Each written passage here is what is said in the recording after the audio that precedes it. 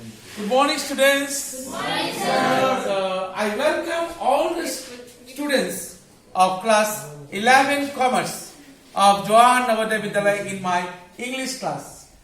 I am Debarshi sir once again in front of you, giving you some tips on English grammar. Now, my dear students, I am starting from where I ended yesterday. I was speaking on tenses. Okay, today you should know that each and every verb, whether it is a regular verb, irregular verb, weak verb, strong verb, each and every verb is in three forms. One is V base 1, V base 2 and V base 3. The other name of V base 1, it is the base form of the verb. It is also called the root of the verb. It is also called the principal verb. It is also called the main verb. It is also called the present tense of the verb. V base 2 is the past tense of the verb and V base 3 is the past participle form of the verb. Now, can you tell me, anyone, how can you understand that the verb is weak verb? And how can you understand the verb is strong verb?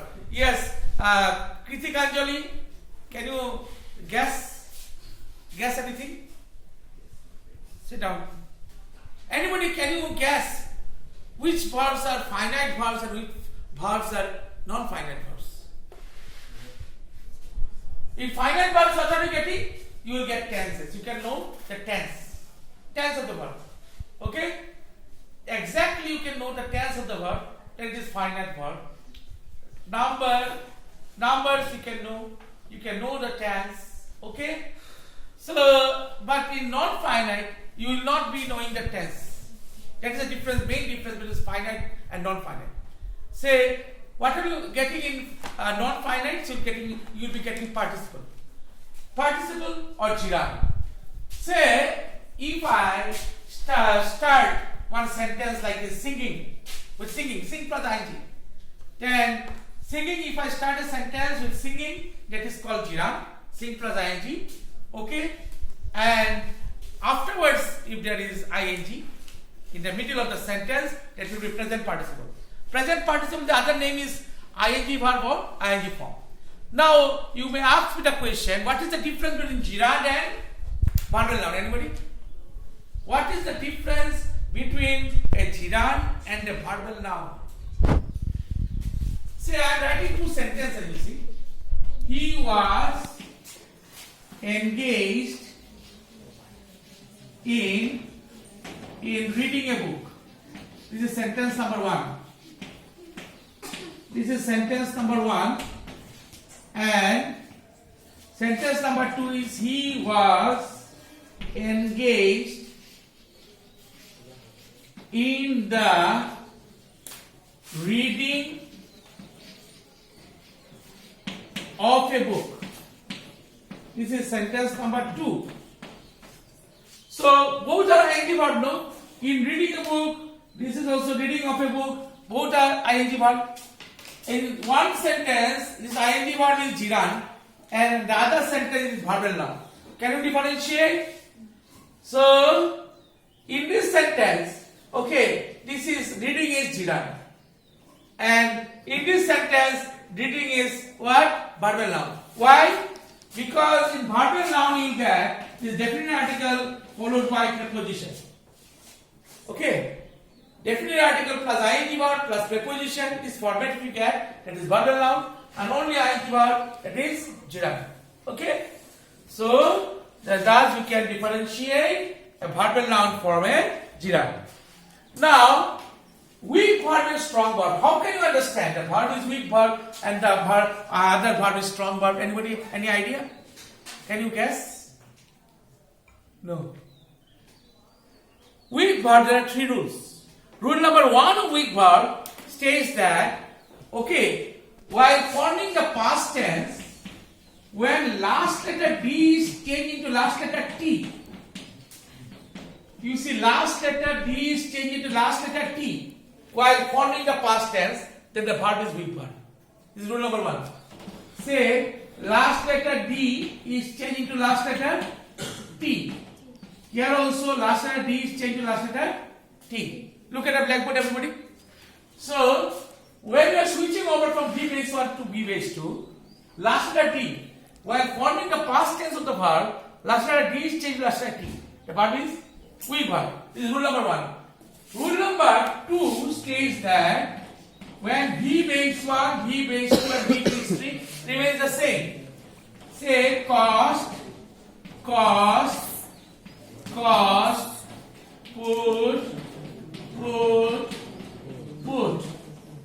car, or say broadcast. So present tense is also put, past tense is also put, past participle is also put. So when V base 1, the base form of the verb, past tense of the verb and past participle form of the verb remains the same. The verb is weak verb. So rule number 1, what is rule number 1? When last letter D is changed to last letter T, verb is weak verb. Rule number 2, when the three forms V base 1, V base 2 and V base 3 remains the same, verb is weak verb. And the third rule is rule number 3, you see, by reducing the number of vowels. You see, look at the blackboard. How many vowels are in present tense? 2. How many vowels are in past tense? 1. So number of vowels have been reduced. So if number of vowels have been reduced for forming the past tense of the verb, then the verb is weak verb. These are the 3 rules. These are only the 3 rules how we can know that the verb is weak verb. Rule number 1, once again I reiterate, I repeat, that if last letter D is changed to last letter T, verb is weak verb. Next, rule number 2, when V base 1, V base 2 and V base 2 remains the same, like broadcast present tense, broadcast past tense, broadcast past participle, then verb is weak verb. And rule number 3 states that when by reducing the number of vowels while forming the past tense of the verb, feed, fed. Okay, 2 vowels are there in the V base 1, only 1 vowel is there in V base 2. Okay, clear? And strong verb is formed by changing the inside vowels. You see, strong verb, say sing, sang and sung. So I is the vowel and A is the vowel. So while forming the past tense of the verb, we have changed the what? Inside vowels. Speak with me. What have you changed? Inside vowel. How many vowels are there? A, I, A, U. 5 vowels. How many semi vowels are there? 2. W and Y. And how many consonants are there? 19. Okay. Though there are 5 vowels in English, but there are 20 vowel sounds in English, out of which 12 are pure vowels and 8 are diphthongs. There are 12 pure vowels in English and 8 diphthongs in English. Okay? So now you see cost, put, cut. Sing, song, sing, sang, sung. So I is changed to A. So we have changed to form the past tense, we have changed the inside vowel. Again you see drive, drove, driven. So here again we have changed the inside vowel. I is vowel, here O is vowel. So while forming the past tense of the verb, we have changed the inside vowel. So verb is strong verb. The strong verb is formed by changing the inside vowels. Okay? Am I clear to all of you? Yes, sir. Okay. Now you see, I was speaking about V base 1. V base 1 is what? V base 1 is the base form of the verb. It is the root of the verb. It is the principal verb. Now, my dear students, verb is also decentralized or classified or divided into 2 categories, into 2 groups. One is principal verb and the other is auxiliary verb. Auxiliary verb, another name is helping verb. Okay, so verb is divided into 2 categories, principal verb or main verb. What is the other name of principal verb? Main verb. And auxiliary verb or helping verb. Okay, now I told you principal verb, okay, is what? V base 1 is principal verb. Base. V base 1 is also called the base form of the verb. It is also called the root of the verb. It is also called the principal verb. It is also called the main verb. It is also called the present tense of the verb. Be base 2 is the past tense of the verb and be base 3 is past participle. Is not it? So now an auxiliary verb. Say if I write two sentences, I do it. This is sentence number 1. I can do it. This is sentence number 2. Here I is subject, do is the verb, verb is the simple present tense, it is object. I is subject, can is auxiliary verb, do is principal verb, it is object. So why can is auxiliary verb or helping verb? Because it helps the principal verb in order to get a complete sense of the statement. So with a view to getting the, with a view to deriving the complete sense of the statement, okay, this auxiliary verb is used. I knew it, আমি এটা করি. I can do it, আমি এটা করতে পারি. There is gulf of difference. Vast difference is there. Okay? Now, so principal verb and auxiliary verb. Now auxiliary verb is also divided into two categories. One is primary auxiliary,